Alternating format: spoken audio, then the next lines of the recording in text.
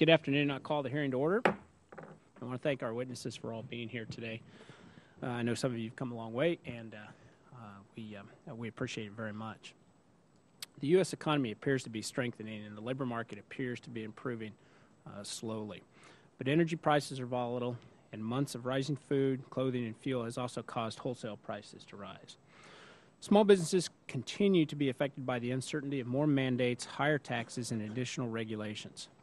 It is difficult for our nation's job creators to do what we are expecting them to do, and that is create jobs and spur investment. Against this backdrop, and during the week prior to Tax Day, we meet to examine the federal tax code complexity and its impact on small businesses. In her 2010 report to Congress, the National Taxpayer Advocate, who's with us today, identified tax complexity as the top problem facing taxpayers. She also reported that U.S. taxpayers and businesses spend about 6.1 billion hours per year to comply with their filing requirements. The tax code continues to expand, and it's now 3.8 million words, and there have been over 4,428 changes to it in the past 10 years, an average of more than one per day. It's no secret that tax complexity has a disproportionate impact on small firms. The Small Business Administration's Office of Advocacy reported that small firms spend more per employee than large businesses to comply with the tax paperwork, record-keeping, and reporting requirements. And surveys by the National Federation of Independent Businesses consistently rank federal taxes as one of the top 5 issues of concern to entrepreneurs. At a time when every added expense can mean the difference between a small entity's success or failure, clearly tax simplification is needed. I'm encouraged by Chairman Ryan's budget proposal, which recommends lowering the top individual and corporate tax rates. According to the NFIB, nearly 75% of small firms are organized as pass-through entities, such as sole proprietorships, partnerships, or LLCs, where business income is passed through and taxed at the individual rate. In other words, most small businesses file their taxes on an individual return. Consideration of corporate tax reform without also considering individual rates would leave many small business owners out of the debate. Again, I want to thank all of our witnesses for being here today, and I'll now turn to Ranking Member Velasquez. Thank you, Mr. Chairman. Good afternoon, everyone. With tax day fast approaching, filing taxes is on the minds of many Americans, particularly small business owners. This committee is well aware of the challenges created by the Internal Revenue Code. Over the past decade, businesses have repeatedly expressed to committee members that tax complexity has become a major obstacle to job creation. While this issue has been recognized for some time, the problem seems to be getting worse, not better. As the chairman stated, there have been approximately 4,428 changes to the tax code, an average of 1 per day. These changes compound an already burdensome tax system, creating confusion and higher compliance costs. In fact, individuals and businesses spend about 6.1 billion hours a year complying with the filing requirements. These burdens can hurt small businesses as they seek to compete both domestically and abroad. Small firms now spend up to 67% more on tax compliance than their corporate competitors. And on the global front, the U.S. ranks an embarrassing 65th worldwide for time spent complying with business tax filings. This hearing will hopefully offer insight not only on the problem, but also on potential solutions. After all, as we look at policies to promote growth, tax reform should be a top priority. A fairer and simpler tax code can encourage entrepreneurship, promote investment, and lead to job creation. One thing is clear as we talk about reform. The needs of small businesses must come first. We cannot move forward without their input, and we must fully recognize the impact of how any changes will affect them. At a time when the economy is starting to exhibit sustained job creation, small firms cannot have new obstacle to expansion. Fundamental tax reform obviously poses its own challenges. Back in 2005, this committee heard testimony from the tax reform panel appointed by President Bush, but its recommendations went nowhere. The latest 2010 Deficit Commission similarly recommended a major overhaul to the tax code, but the report did not gather enough support to force a vote in Congress. Today's hearing will hopefully start the process of crafting solutions to our overly complex tax code. It is clear that small businesses and our economy can come out winners if reform is done right.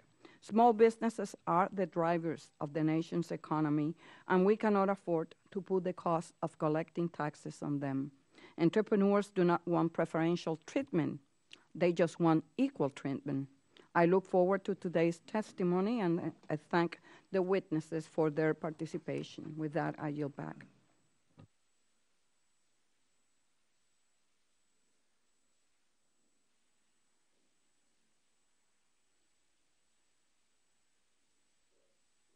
I had to fix the chair. I want to, if the other committee members have statements for the record, I would appreciate you submitting those. I'd also like to take a real quick opportunity to explain the timing lights. Each of you have 5 minutes, and please try to stay within the 5 minutes.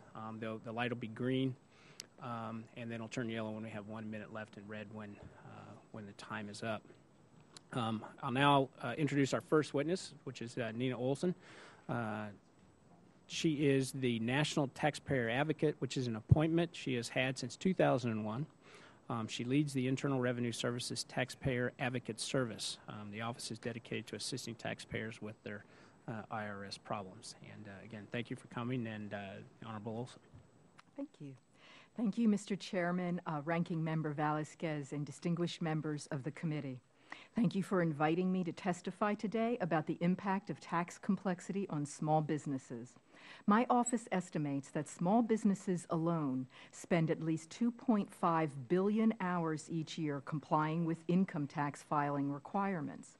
This is not a trifling matter because small businesses are the creators of most new jobs and the employers of about half the private sector workforce. To state the obvious, the more time and resources a small business spends on tax compliance, the less time it has to grow and hire employees. In my 2010 annual report to Congress, I identified the need for tax reform as the #1 most serious problem facing taxpayers and the IRS. The tax code is filled with special breaks, helping taxpayers who can afford tax advice and discriminating against those who cannot. This complexity confuses taxpayers and creates a sense of distance between taxpayers and the government, which undermines taxpayer morale and leads to lower levels of voluntary compliance. The complexity of the tax code is also burdensome for the IRS, making it more difficult for the agency to meet taxpayer needs and probably resulting in more audit and enforcement actions than a simpler code would require. My report advocates for comprehensive tax reform, which I believe is ultimately a necessity, but there are smaller steps we can take right now to ease the compliance burden of small businesses. I will briefly highlight several tax requirements that impose unnecessary compliance burdens on small business and requires simplification or, at the very least, more guidance. First, the home office business deduction is unnecessarily complex and requires time-consuming record-keeping by many small businesses. We recommend the creation of an optional standard home office business deduction. Second, the S-corporation election process is confusing and causes many taxpayers to make inadvertent errors. As a result, some businesses inadvertently become classified as C-corporations, and their shareholders cannot deduct operating losses on their individual tax returns. To address these problems, we recommend simplifying the election process to allow small business corporations to make an S election by checking a box on a timely filed Form 1120S. Third, business owners need greater flexibility under the trust fund recovery penalty, which can apply against a person responsible for filing or paying over a business's employment taxes.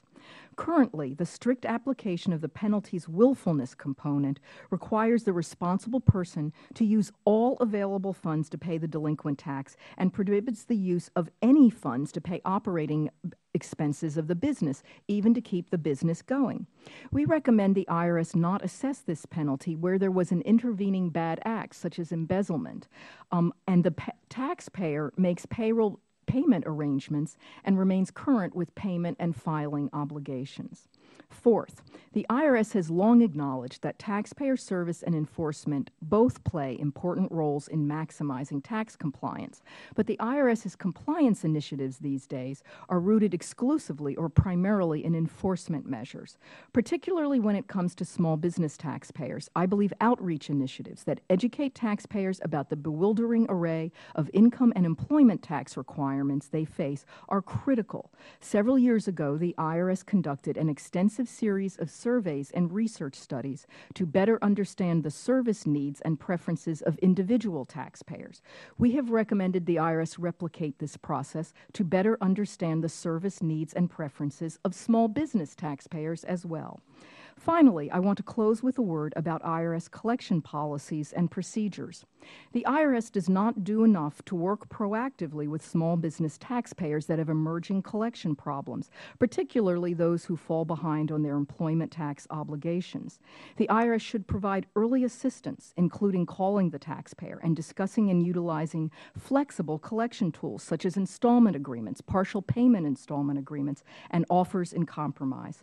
Further, the IRS should develop a better understanding of the reasons for noncompliance among small business taxpayers so it can apply appropriate collection techniques. Toward that goal, it should develop a definition of economic hardship for small businesses that balances tax collection and promotion of a level playing field on the one hand with the government's and taxpayers' interest in helping small businesses remain viable and contributing to the country's economic growth on the other. I appreciate your interest in these issues and would be happy to respond to questions. Thank you. Collections, too. That, too. Yep. Thank you, Ms. Olson. Our next witness, and I'll be introducing on behalf of Mr. Walsh, but our next witness is Stephen Strobel, the Executive Vice President and Chief Financial Officer for Blue Star Energy Services, which is a retail energy supplier in Chicago, Illinois. He's testifying on behalf of the National Small Business Association. Mr. Strobel, we appreciate you being here. Thanks for coming. Thank you. Chairman Graves, Ranking Member Velasquez, committee members, thanks for the opportunity to testify today. Although NSBA's members operate a wide variety of businesses, they all consistently rank reducing the tax burden among their top issues Congress and the administration needs to address.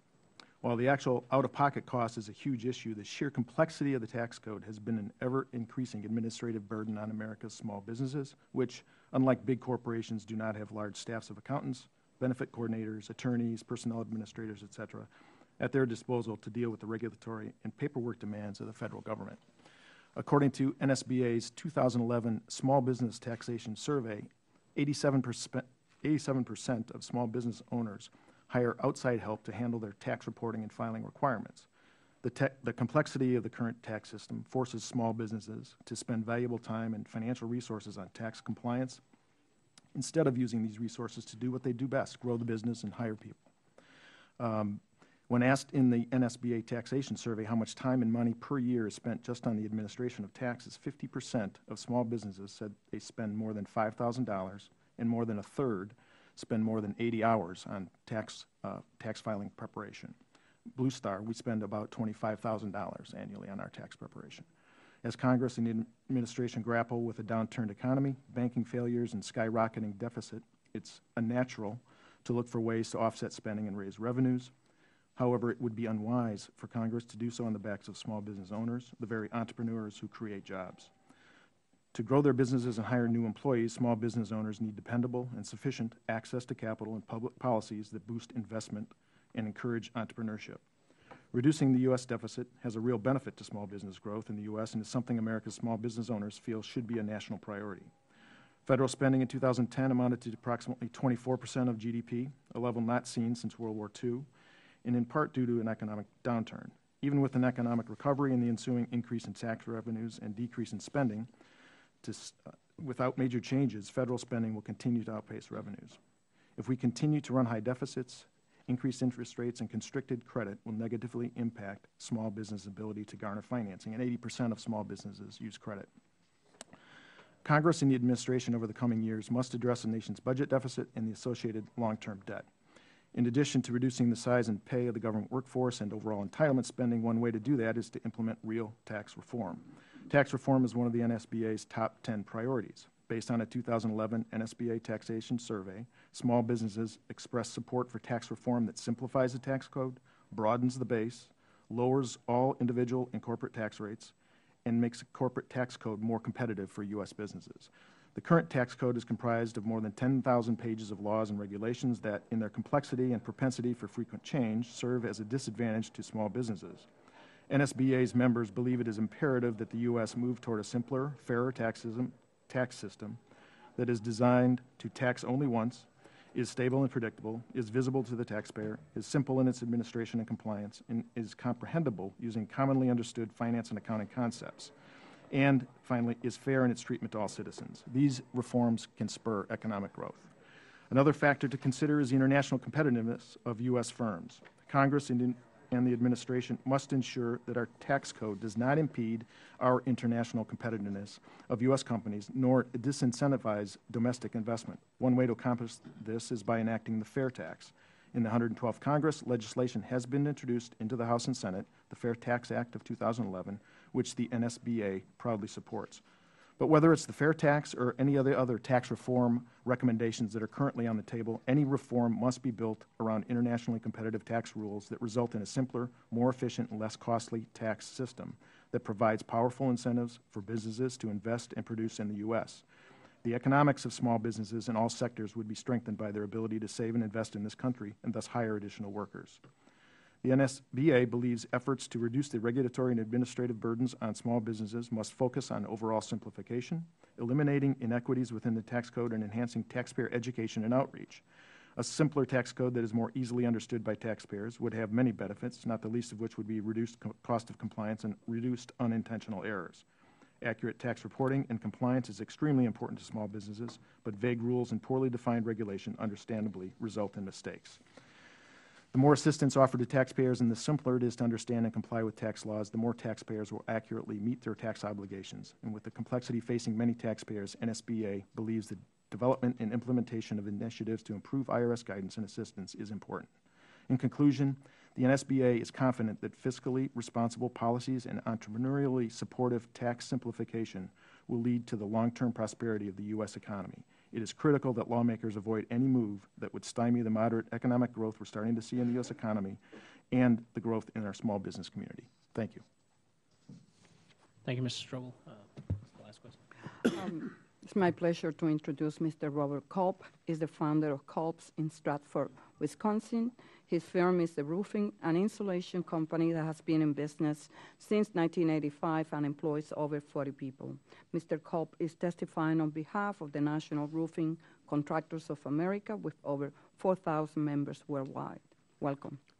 Thank you. Chairman Graves, Ranking Member Velasquez, and members of the committee, thank you for the opportunity to testify today. I am Bob Culp, with a co-owner of Culp's of Stratford. We're a small roofing and insulation company doing residential and commercial roofing. We've also moved into building integrated solar photovoltaic roofing. We employ between 30 and 50 people, and we do about $6 million in annual volume.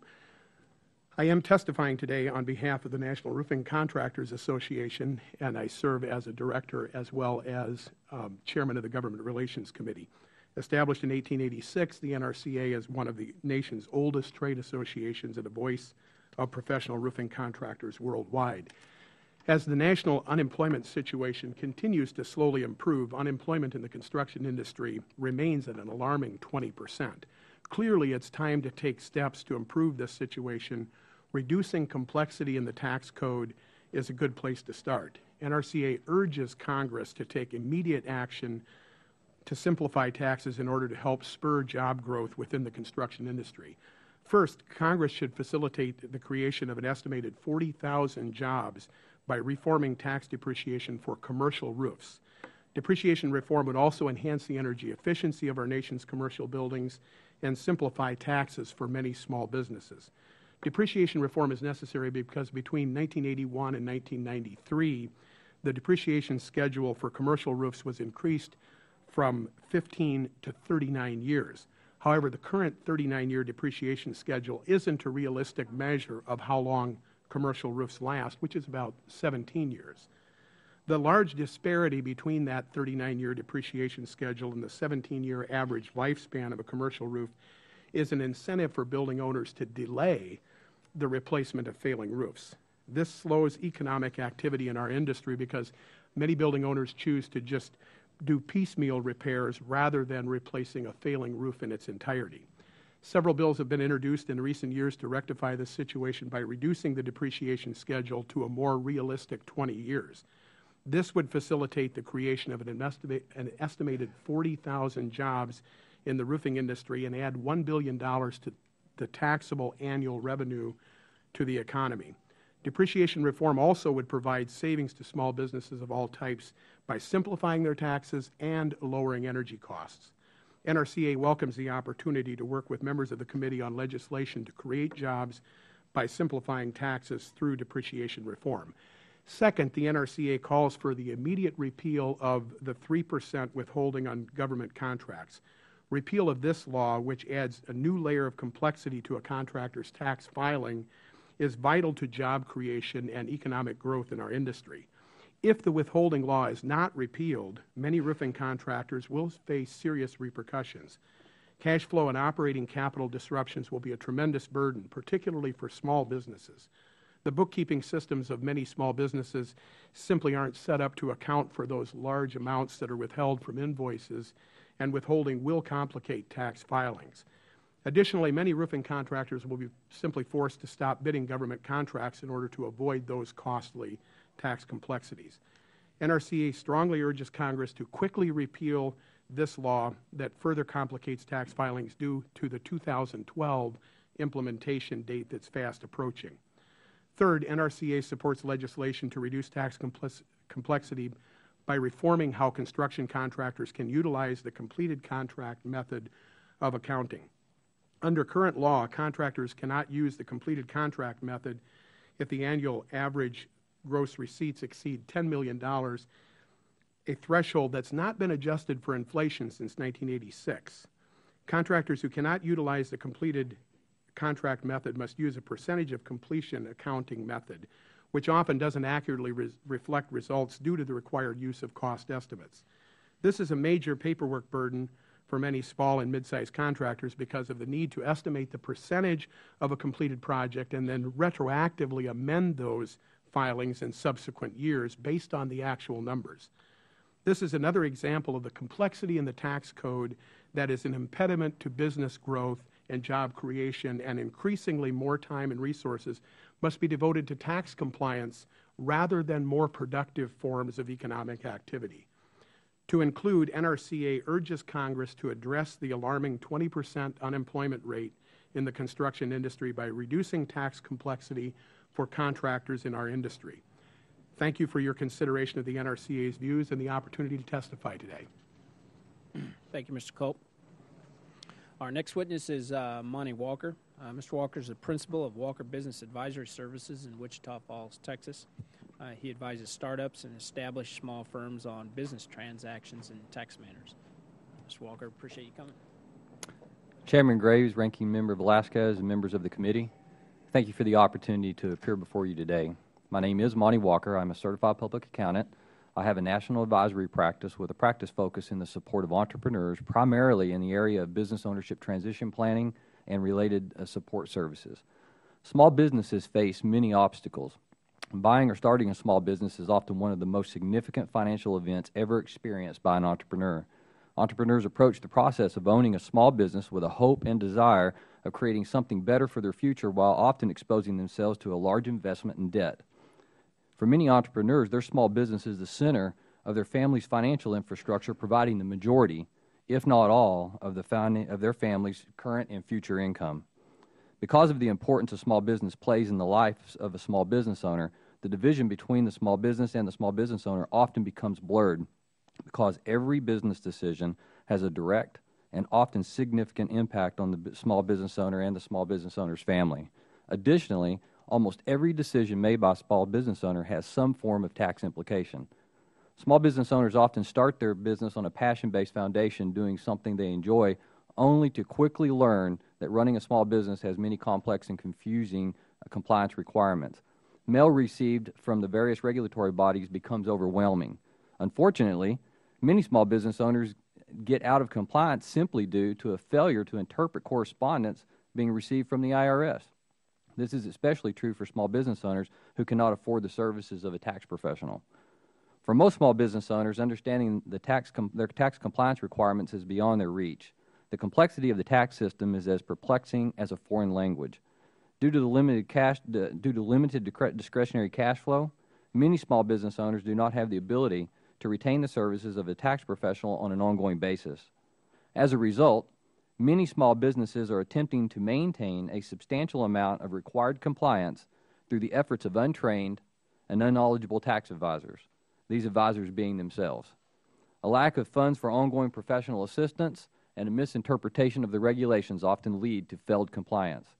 The ever-growing tax code, along with the temporary provisions and interpretations, make it increasingly difficult for small business owners to do any substantial long-term planning.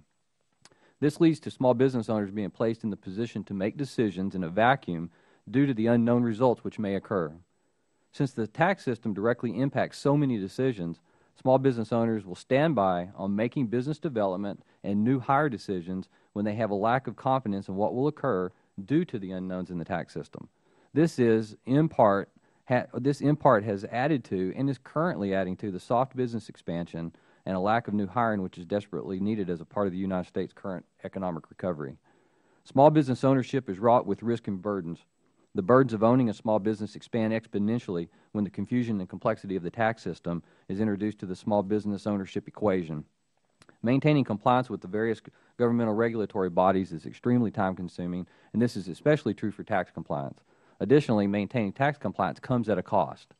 The cost to properly maintain regulatory compliance is really the small business owner's opportunity cost associated with expending the same resources on business operations and business development.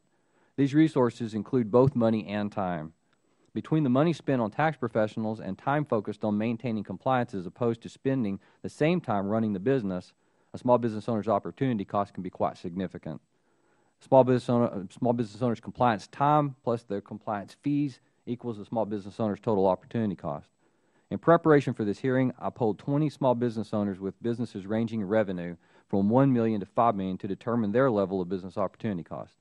I learned that the average amount of time and fees expended by these business owners to maintain their tax compliance is time of 104 to 156 hours per year and professional fees ranging from $5,000 to $15,000 per year.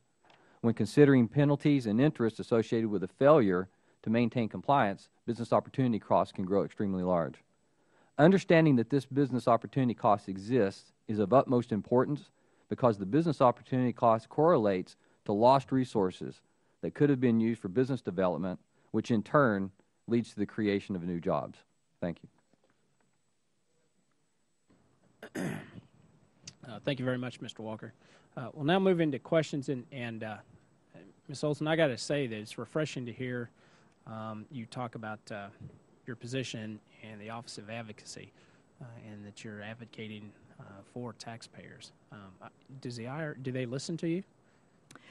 I think that the IRS understands the complexity that taxpayers need to live with. They are doing some research now, but they're not doing the kind of comprehensive research on taxpayer needs and preferences for small business taxpayers that I need to see. On the collection area, I think that they really feel the need to collect. They make very few phone calls out to taxpayers, outbound, to find out what's really going on in their situations. They often use levies as the calling card and get the call back in from the taxpayer saying, what are you doing? I can't make payroll. And there's generally a lack of sympathy in the employment tax area, which is why we're focusing so much on that area.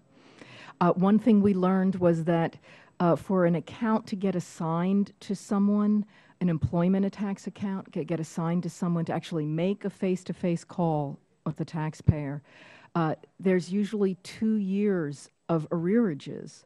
And as I think the representative down there, Mr. Walker, would say, the sooner you can get to the taxpayer when the dollars are low, you have a greater chance of solving the problem and keeping them in compliance in the future and keeping the business going. But when it gets so large, like 2 years' worth of employment taxes, that's the kiss of death for a business. My next question is, and I'll start with Mr. Walker, and you can answer it from, obviously, from your client's point of view, and Mr. Strobel from your association's point of view, your members. Mr. Culp, I don't know if it'll pertain to you, but I would like to hear Ms. Olson at the end. But the administration is proposing higher taxes for, and I mentioned in my opening statement, when it comes to pass-through and small businesses that file their income taxes as an individual or as a couple. But the president's proposed higher taxes for couples over $250,000 and individuals over $200,000. And can you tell me how that would affect your clients that fall into that that area? The area of practice I'm in really shows the misnomer in this concept of excess of 250.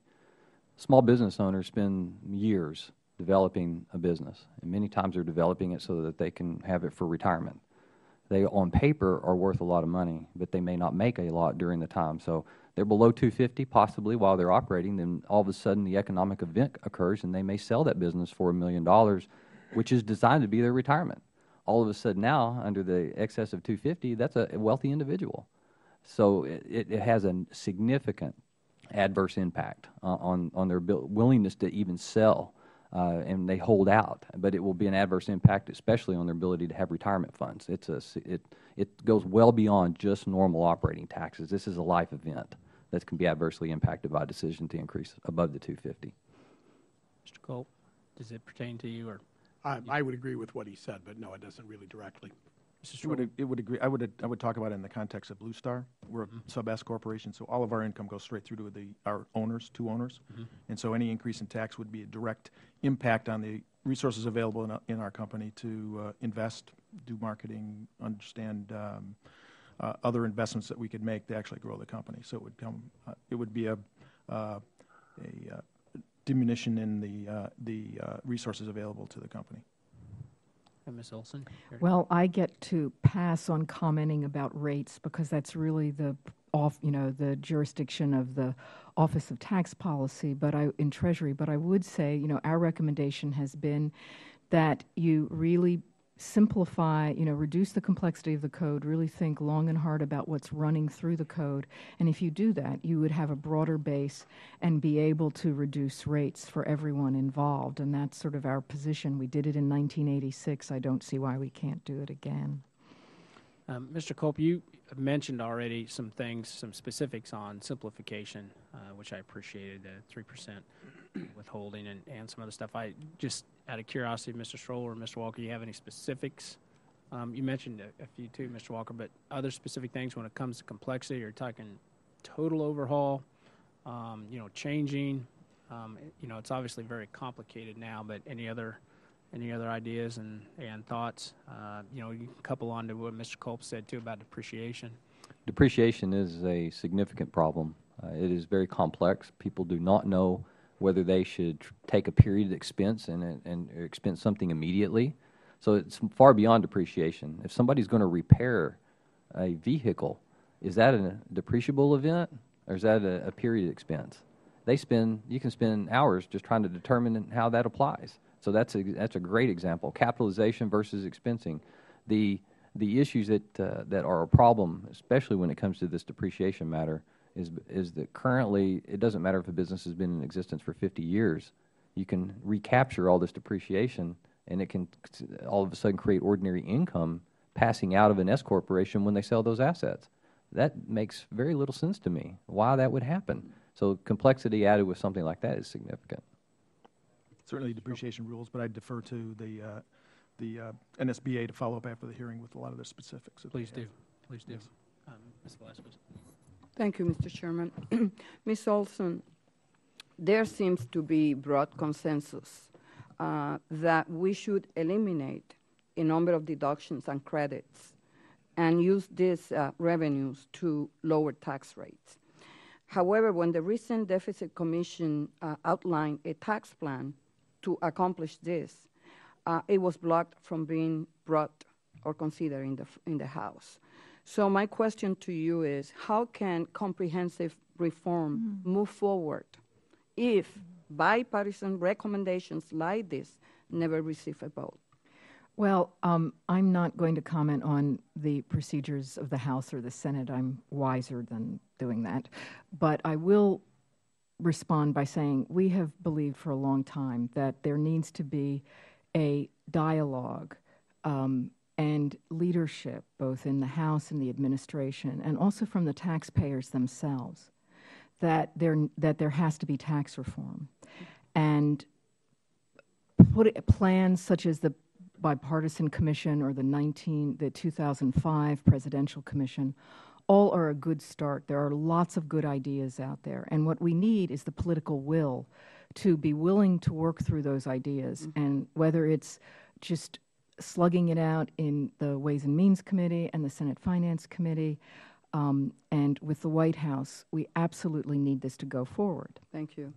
Mr. Walker, we would like to hear specific areas that we could simplify the tax code so that we could help small businesses do what they do best. So firms, based on your own experience, firms generally fund their business operation by taking on debt or through equity financing. Both have advantages and disadvantages, but it is clear that the tax code favors debt financing since interest is deductible. So can you talk to us, when you advise firms, do you advise, as they finance their business, do you believe that we should address how the tax code treats debt versus equity financing as one area that maybe this committee should be looking into? If anything is changed in the area of debt so that a small business is incapable of deducting the interest expense, that would be an adverse blow. Small business owners do not have the benefit of getting equity players. I think we could all walk outside and say that we don't see a long line of people wanting to take risk in small business investment. That's why entrepreneurs become entrepreneurs. They risk their own investment in themselves. So anything to change the debt structure that would eliminate or lower the ability to take an interest deduction is an adverse. It should only be looked to enhance some benefit that they could get. Mr. Culp, you spoke about the depreciation schedule that is set at 39 years. If we look at our economy, one area where still is very fragile is the housing construction area. And so you said that the depreciation schedule for commercial roof will have a positive impact. How is that the case, that it will benefit other small businesses? Great question. The NRCA did an extensive study a number of years ago that actually said that it would spur economic growth to the point where there'd be 40,000 new jobs added to the roofing industry alone. And when you look at that, along with the that much more money flowing into the economy, one of my issues is static scoring versus dynamic scoring on the CBO, and I know I'm not going to change that, but it seems to me that if you look at how it plays out, enhancing owners' ability to move with roofing will definitely spur jobs and reduce the unemployment rate. Thank you. Mr. Strobel, the Fair Tax Plan will impose a national sales tax and eliminate the income tax, as well as all current deductions and credits. Yet, this will mean that current tax incentives for renewable energy and energy-efficient products will no longer exist. As someone in the energy industry, do you believe that these industries can remain viable without such policies? I think they can. Just to be clear, I'm as a executive with Blue Star, I'm not advocating the fair tax. That is an advocate position of the National Small Business Association. I think there is a place for some incentives. We see that with a lot of our energy efficiency customers, that there is an opportunity for them to take advantage of incentives. But there are real economic gains in our energy efficiency businesses, where we go in and do a lighting retrofit, for instance, in a facility. It's part of the benefit is the incentives that are available, but more importantly, it's the economic benefits of actually using less energy. So, in the grand scheme of things, I think there are some incentives and some rationale to the incentives, but we find that many of our customers are more driven by the overall economics, whether or not there are incentives. Okay. Thank you. Thank you, Mr. Chairman. Thank you, Mr. Chairman and Ranking Member. We sat here, and the question to the panel, we've all agreed that the tax code as it stands now is pretty complex, onerous, and I guess there are many of a loophole in there. So my question would be, there are two reform perspectives out there. One is a flat tax, one is a fair tax. I'd like to get your assessments on how those two reform systems, would it benefit or hinder the small businesses, and then maybe your estimation on what would be good rates for those respective systems. So flat tax, fair tax. Well, my office has written this past year or the year ago about a value-added tax and the administrative challenges for the Internal Revenue Service doing something like a sales tax that would be proposed in the fair tax. And we have concluded that it is doable. You would have to deal with the states, many of whom have their own, and there are a lot of transition issues. Most of the countries around the world don't just have a sales tax alone because it would have to be so high. They have some kind of low-level income tax and then a sales tax as well. So I think it's doable. It's just whether people will step up to that. I would note one thing. What some commentators have said is a sales tax sort of disappears how much tax you're really paying, depending on how it's reported on your receipt. In some countries around the world, you never see it broken out. It's in the gross price that shows up on your receipt at the end. And you have to think, do you really want that disappeared, or do you want people conscious of what they're paying? Congressman, I would say I don't know if there's it's a binary choice. There's probably going to be a mixture of some sort of rate reduction, hopefully. And I think that's the key as far as we're concerned. I think the lower the taxes, the better for the business, the more investment we can make in the business, the faster we can grow, and the more people we can hire. So I think the notion of a reduced tax rate, which implies a reduced level of government expenditure, I think is the key to long-term prosperity and helps our economy. And as a small business owner, I would say that anything that takes away the complexity and gives a long-term view is a good thing. It's so difficult with the complexity that we have now. You don't know really until the end of the year what we owe in taxes. I'm an LLC. Money all flows through to me. I claim it on my personal income. The NRCA, I don't know, has taken a stance on this per se, and I'm here testifying on their behalf. But as a small business owner myself, I would see that as an excellent alternative to tax code that's miles thick. I concur with Ms. Olson. I don't see how we can level off with one sales tax. And I'm also concerned that eliminating all tax levels and going to a single sales tax demotivates capital improvement. You've got to provide some incentive for people to invest. And so this is a tough situation, but I think I know we can minimize the impact of small businesses by lowering the complexity of the code. Just removing it completely and going to some single layer tax, that could be very tough. If I might add, I think some advocates of a sales tax forget how complex the state sales tax are with all of their exemptions and what constitutes a service versus a product and things like that. So you might find that you just have added a new volume of the Internal Revenue Code when you enact a sales tax. So it can be complex. And follow-up question for Mr. Culp and Mr. Strobel, then what type of incentives do you think that could be provided as far as our tax code to help you to grow your businesses? That's a good question. Well, I try to think of good questions. Well, that's a stalling tactic. The good question. I think at least for our business, clearly in the energy efficiency business, I think there is some room for promoting more energy efficiency, more rational allocation of resources, at least in the energy industry. And so I think there's room for that in our industry. There's no doubt about it. And probably more on a global level, I guess, from my own, the way I think is I don't like when the government chooses winners and losers. So I have a hard time in articulating that well. But the NRCA staff, I'm sure, would be delighted to work with you on that. Thank you very much, and I yield back, Mr. Chairman. Mr. Schrader. Thank you, Mr. Chairman. Briefly to Mr. Walker, Ms. Olson, last Congress passed a small business health care tax deduction, and we all do these wonderful things trying to help small business, but my question to you two is, have you gotten any calls on that, and how easy is that actually?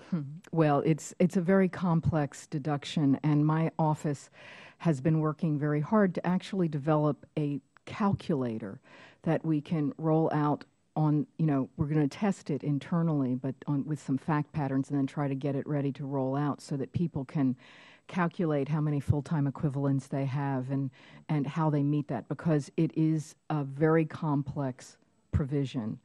And if we don't do that, we'll probably have a lot of inadvertent noncompliance, and more importantly, people not benefiting themselves, receiving the benefits of a provision. And they won't take advantage. They won't take it. Right. Yeah. Mr. Walker, do you concur? I concur. I'm glad Ms. Olson mentioned the calculator. I was, in all the calls I have received on this, I've been saying, I hope somebody comes out with something to calculate this. So that's the answer we're all looking for. All right. Very good. Very good. Pretty much everyone here has testified about the complexity of the tax code. And there is a proposal out there, the only one I know of that's gotten great bipartisan support on a national level, and that was put forward by the Fiscal Commission. Doesn't get much simpler than eliminating every single tax expenditure and lowering all the rates to a mythological figure that no one in America could ever believe possible again of 8, 14, and I think it's, 25% or something like that. Corporate tax rate drops down to where we're actually almost competitive with the rest of the world. Talk about the global competitiveness piece.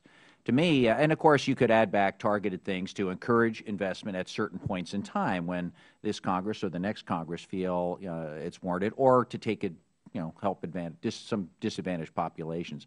To me, I think if we had the political courage to do anything that's simple, that even I can understand in my veterinary practice, it would be to do that type of proposal. Could you comment on whether or not you're for that proposal and what you think your members might be interested in? I believe moving down to a simpler tax structure that will work. I'll go back to a prior comment. When we remove all the barriers and create simplification, there still has to be something there to incentivize. And so what will occur inevitably is we will go down to a simple process, and it will begin to re-expand itself with complexity, because we have to provide incentives to invest. And so I think that would happen. Mr. Culp? The overall tax code isn't a part of this thing, but back to the 3% withholding for government contracts, to me that's just something that is so easy to eliminate, and it just doesn't make sense. And I know it's one small step, but again, that's, I guess, the only input I have on that. I think there's a lot of attractiveness in the simplicity of what you just described. I like that a lot. I think that as far as targeted incentives for investment, I think the fact that companies would have more capital available to let them figure out what they'd invest in. Good point.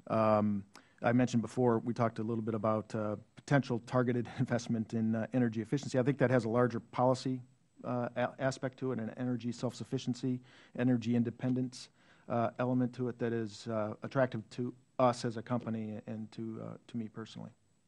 Ms. Olson?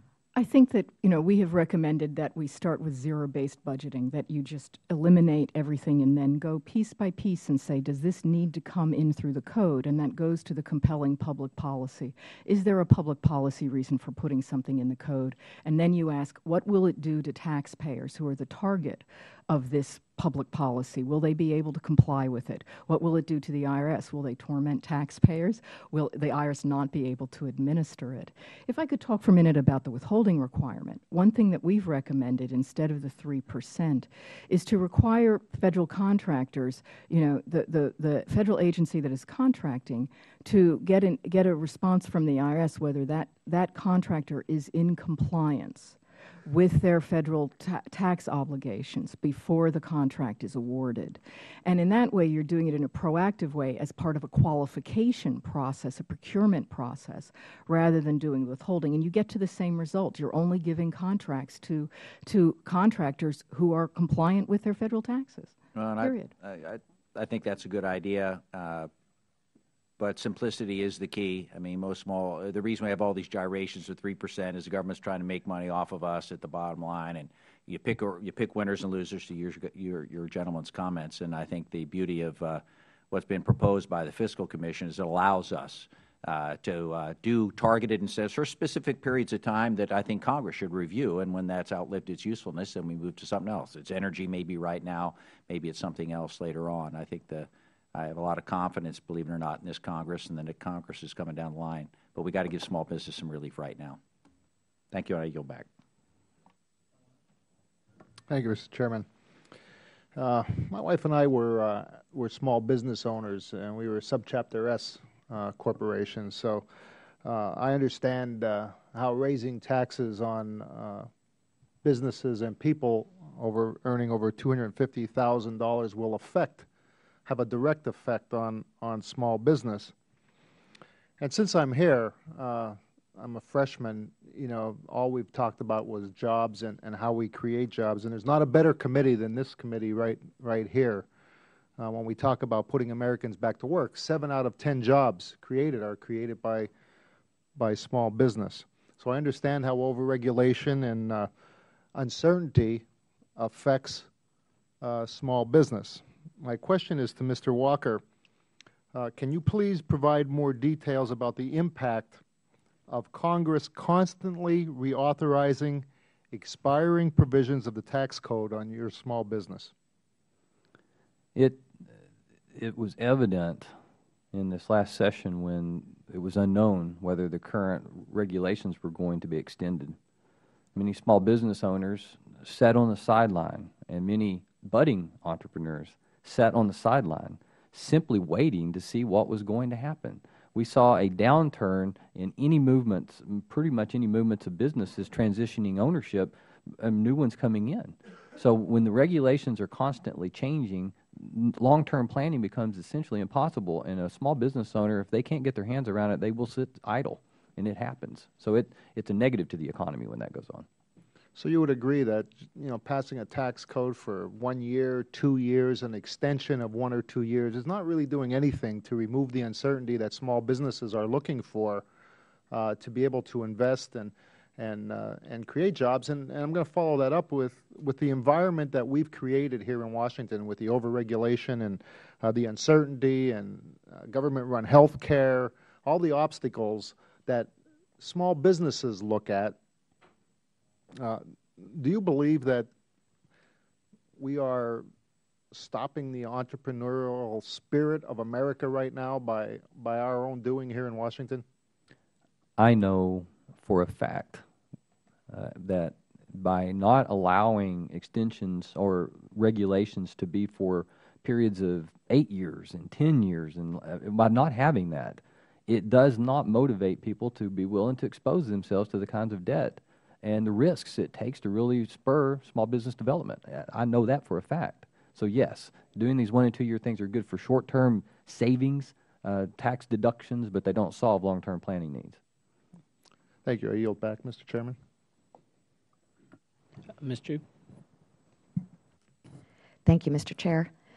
I'd like to ask a question about the issue of classifying an employee as an employee or as an independent contractor. The IRS has a 20-factor test to determine classification, and it's confusing and unclear from what I read from the testimony that you've submitted. And there are small businesses that fear the penalties that will ensue if a worker is misclassified.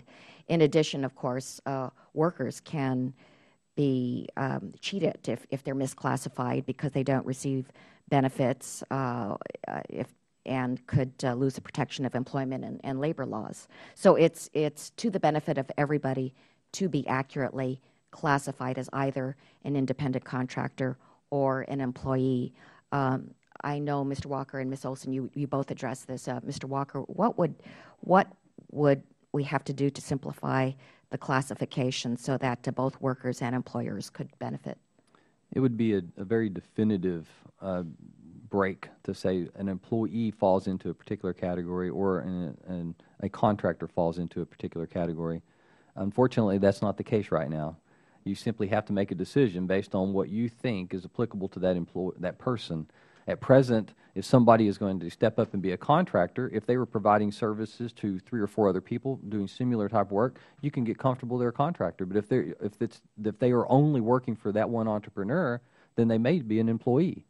Now, unfortunately, that puts the onus on the employer, the entrepreneur, to have to figure out what's going on in that person's life. And that's difficult. So there needs to be some very definite definitions put in place as to what is an employee versus a contractor. Do you have any suggestions? The type of work that they will be rendering, I think they've done a good job right now in saying, does this person provide their own equipment? Are they controlled by the entrepreneur? That's a good way of doing it. But when you come in and look at the type of services that are being delivered that is one way of breaking it down. It could be breaking down into an industry. Make it very clear that the contractor, if they're going to place it as a contractor, has to submit something to the employer, giving information about their background. Right now, that's not required, and it's simply a service agent uncovering something they find wasn't compliant, and the entrepreneur is in trouble. So there has to be a bridge between the people who are being hired and the entrepreneur, but the code does need to come up somehow. And the only thing that's there is the 20-point test. And it's just designed to say, is there much control? That's the only thing that's in the code right now. How much control is there? That needs to be somehow expanded. Mm-hmm. Ms. Olson?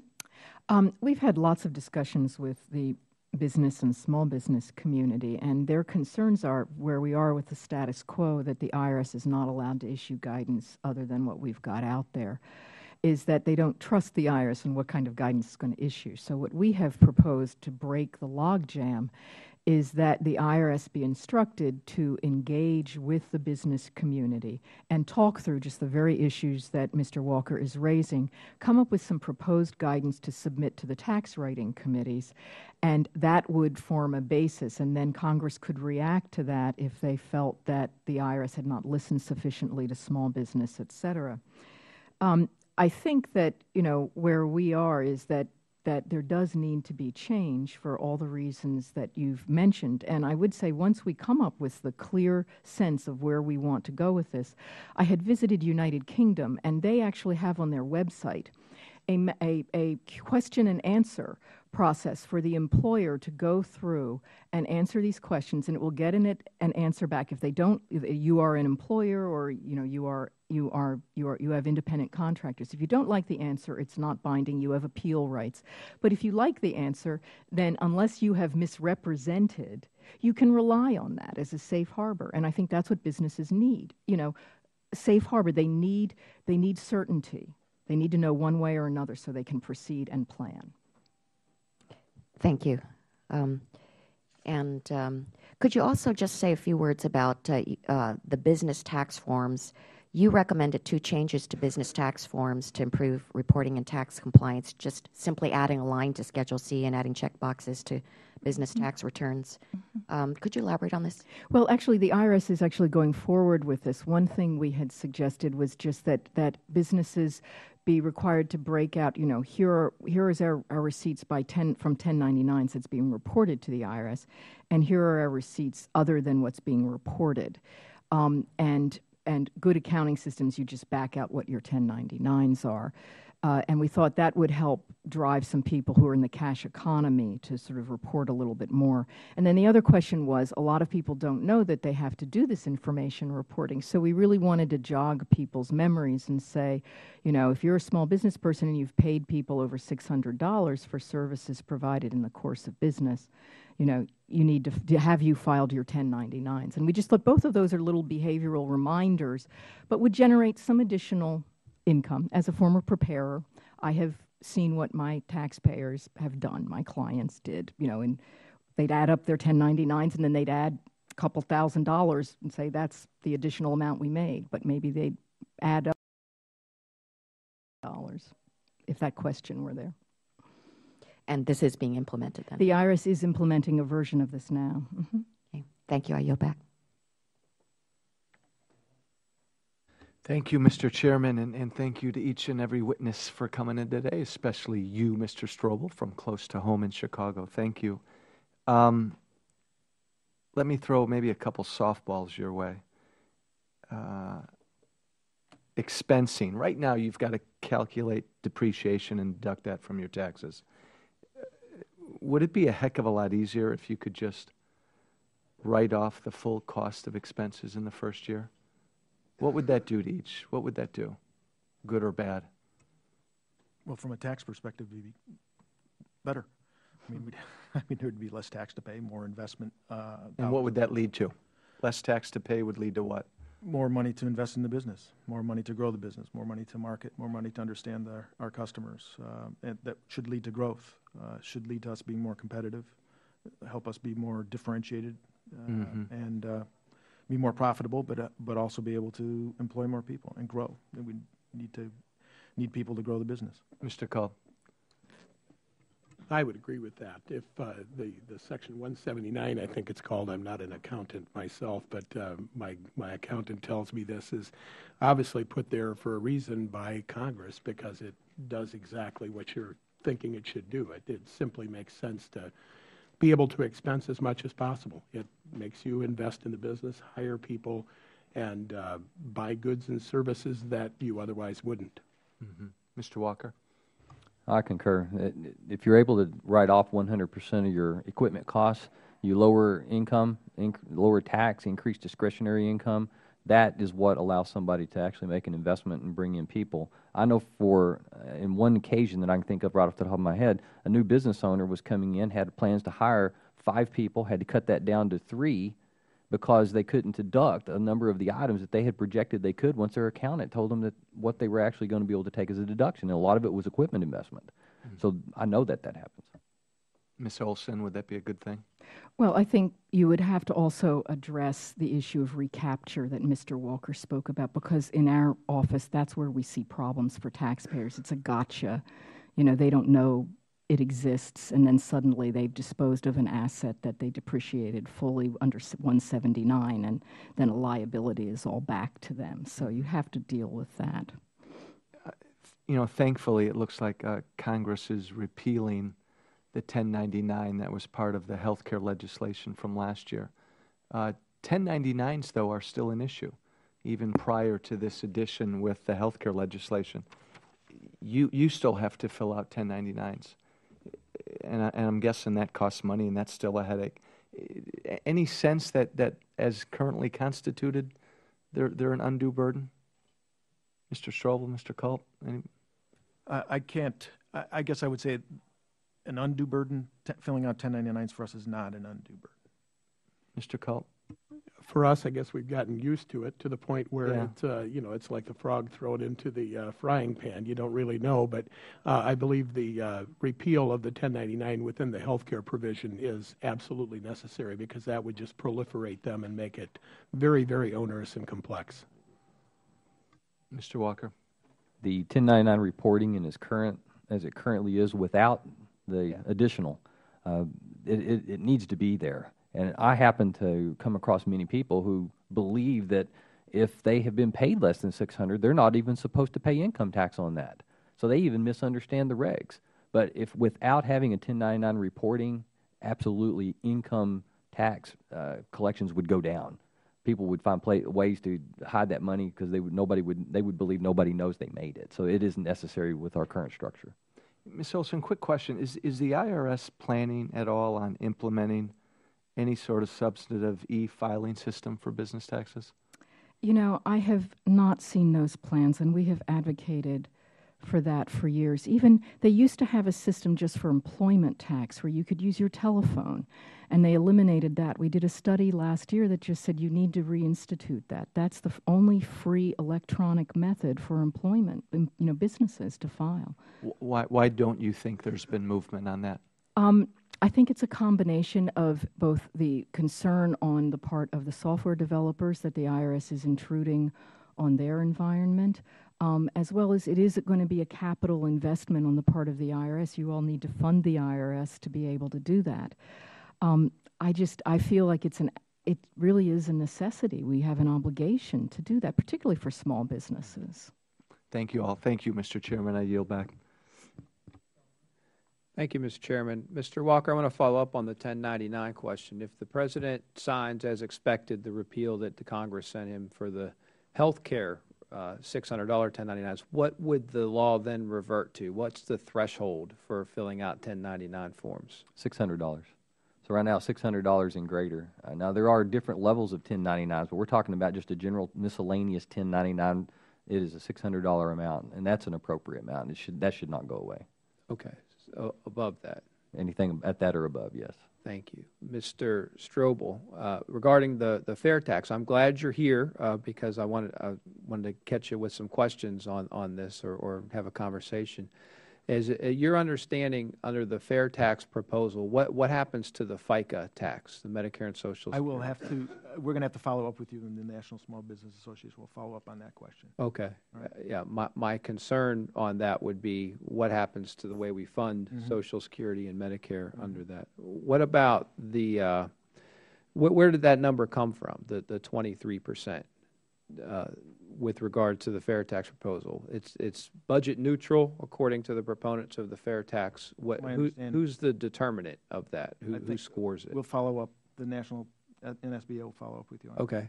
What about the percentage? Do you generally know as a small business what's the percentage of small businesses that comply with sales tax currently under the current? That's another. We can follow up with you. All right.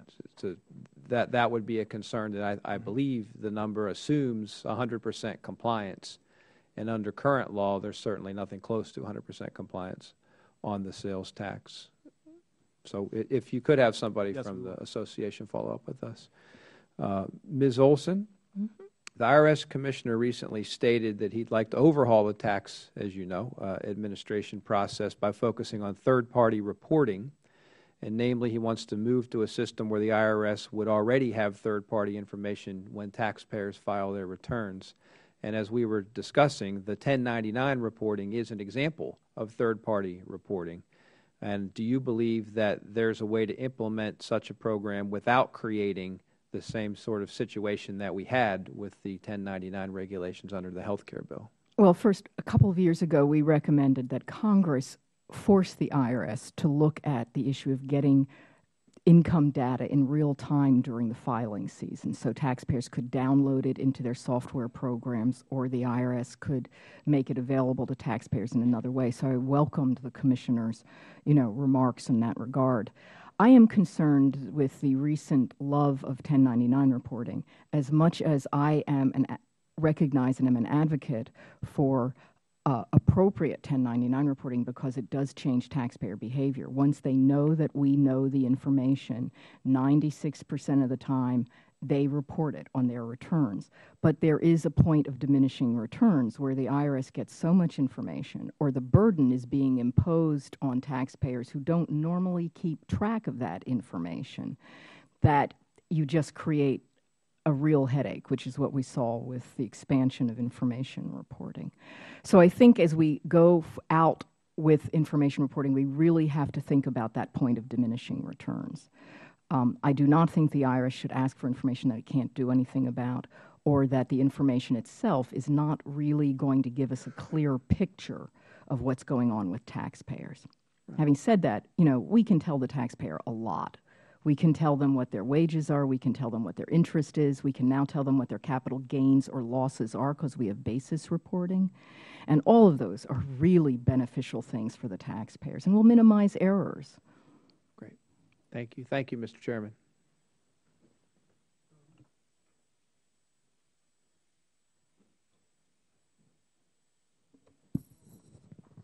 Thank you, Mr. Chairman. Mr. Walker, there's some information that we've gotten that says that there's about $160 billion a year that's spent in tax compliance work. Now, if we simplified the code, wouldn't we put folks like you out of business in large numbers? It very well could be. And because I'm here advocating that, I'll probably get some phone calls. From your colleagues, I suspect. It's from my colleagues. It will not eliminate the profession. It will just change the dynamic of the services delivered. But certainly it will shrink it if we see a decrease in those kinds of dollars diverted, right? Right. I just always am curious about the unintended consequences of what we do here. I want to raise one other question. We talked a little bit about the 179 deduction, and there was some discussion about recapture issues, but there's also another issue that creates tax consequences, and that is not matching up the amortization of the debt used to acquire the piece of capital equipment and the loss of the deduction because you've taken it in 1 year. Does that create any issues, and do you see any way around that issue that we could implement? For me? For you, yes. So your question is related to the deduction on the 179 as compared to the actual cash outlay that has occurred. Well, not cash. If you do a cash outlay, I agree it's not an issue because then it's a wash. But if you finance, which most small businesses do, capital acquisitions, then you're in a situation where, unless you repeat the process every year, you are in a position where you are creating a tax where there is no income. You got a deduction where there's no income. Well, the deduction then can be moved. So once you've taken the deduction goes up to zeroing out your income, and then it flows over into the next year. So the carry forward could allow that to happen. I do not see a problem in people getting a full deduction. The problem I have is limiting the benefit that they can get from that deduction. And under current 179 regulations, if somebody owns 5 different S corporations and they all take advantage of the deduction, that deduction goes to the individual tax return. And if the same person owns all businesses, that person can only have one 179 deduction. So right now that's $500,000. Well, if you had 5 businesses maxing that out, there's $2.5 million. That business owner could lose $2 million worth of deductions the way the code's written right now. So allowing the deductions is not the problem. It's making sure that you can benefit from that and moving it forward if you lose the ability to take a deduction in the year that you have actually done the 179 election. And we've also had a lot of conversation today about the issue of tax expenditures and whether or not we should eliminate all of those, or whether, as you're suggesting, we should be doing targeting or targeted either tax deductions or tax credits. Doesn't that put Congress in the position of selecting winners? I don't know if it puts them in the possession of selecting winners, because it would apply across the spectrum of all the business owners. It is a targeting effect. Even if we simplify, just completely simplify, we'll still have some targeting that will need to be done within the system over time. So it's the people who can take advantage of it, and all these small business owners are the things at least we've talked about today. It applies to all of them. So it's not going to be one particular person or one particular sector. Well, but it'll be potentially a particular industry. Like if you created an R&D credit for solar energy, you would be solely focused on that particular industry. That would be accurate. But a 179 issue is... I'm sorry, I may have confused you, because I wasn't just talking about 179. I was talking about the panoply of various credits we have in the tax code now. Right. If we eliminated all of those, and then you're suggesting we build them back up over time, you would be selecting winners to some degree, like we have now. Like we have now, but correct. Mr. Chairman, I yield back. Thank you.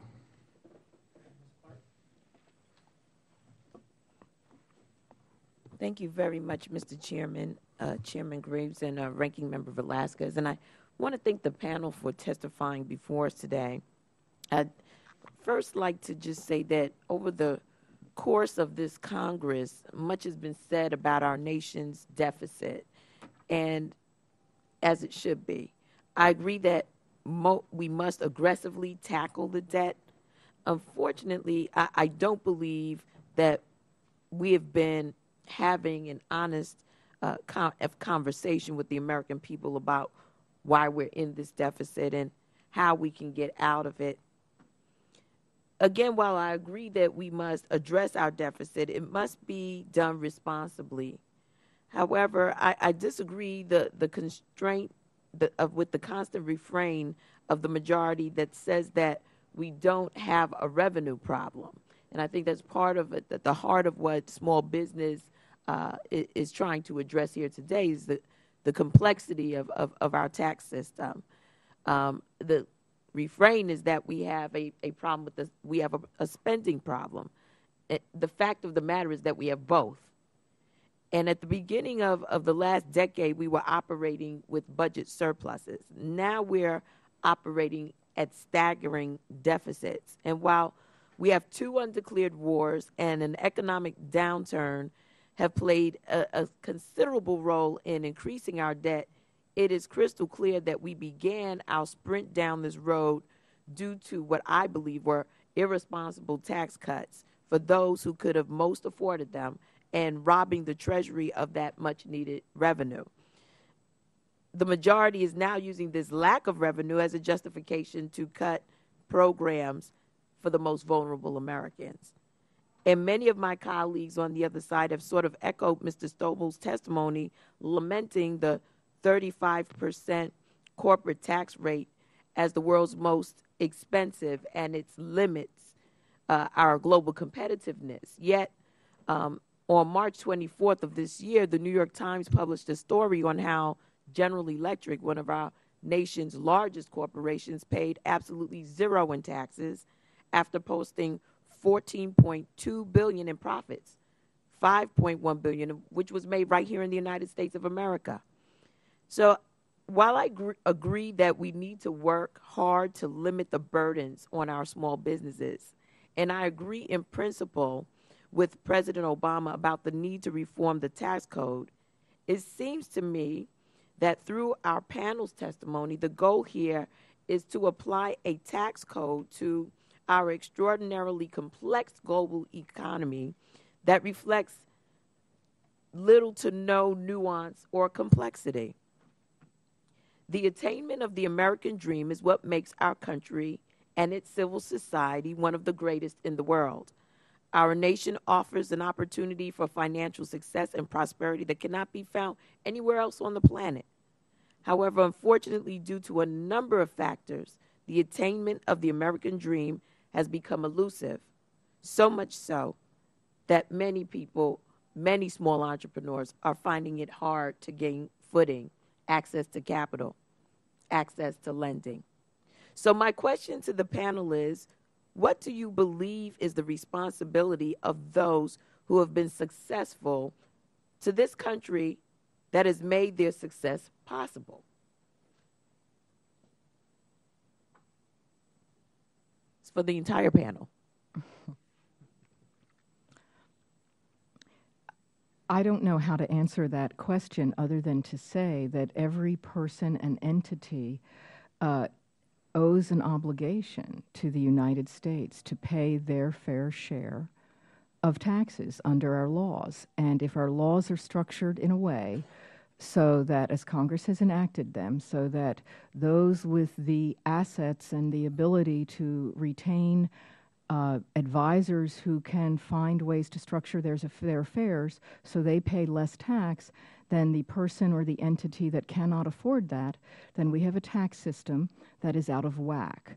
And our testimony has been, my testimony has been, and my writings have been to that point. I think that it's not possible to get pure simplicity in a code. We are human beings, and as you say, we live in a very complex world. But we can do a much better job than the environment that we have today. And what I find ironic is that we don't hear anyone speak out when, for instance, a GE pays no taxes. I haven't heard from all of the business councils, all of the small business councils. And it would seem to me that if we're talking about fair tax and fair share, that it should go both ways. And so I just wanted to put that on the table, Mr. Chairman, because I think we need to look at what's happening in its entirety, and I yield back. Any more questions? Well, I want to say, you know, as this committee continues to focus on job creation, we certainly appreciate hearing from all of you on the complexity that small businesses, or the complexity that small businesses deal with when it comes to following the tax code and the problems that creates when it comes to job creation. I wanted to let everybody know, following today's hearing, we're going to be sending a letter to the chairman and ranking member of the House Ways and Means Committee to share with them what we heard today. We want to make sure that small businesses' voice is being heard loud and clear when they're dealing with fundamental tax reform.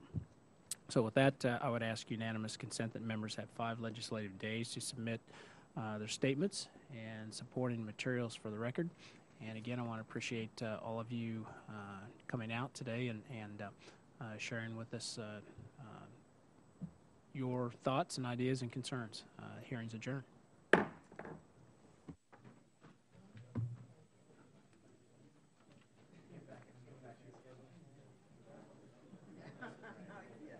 forgot to ask her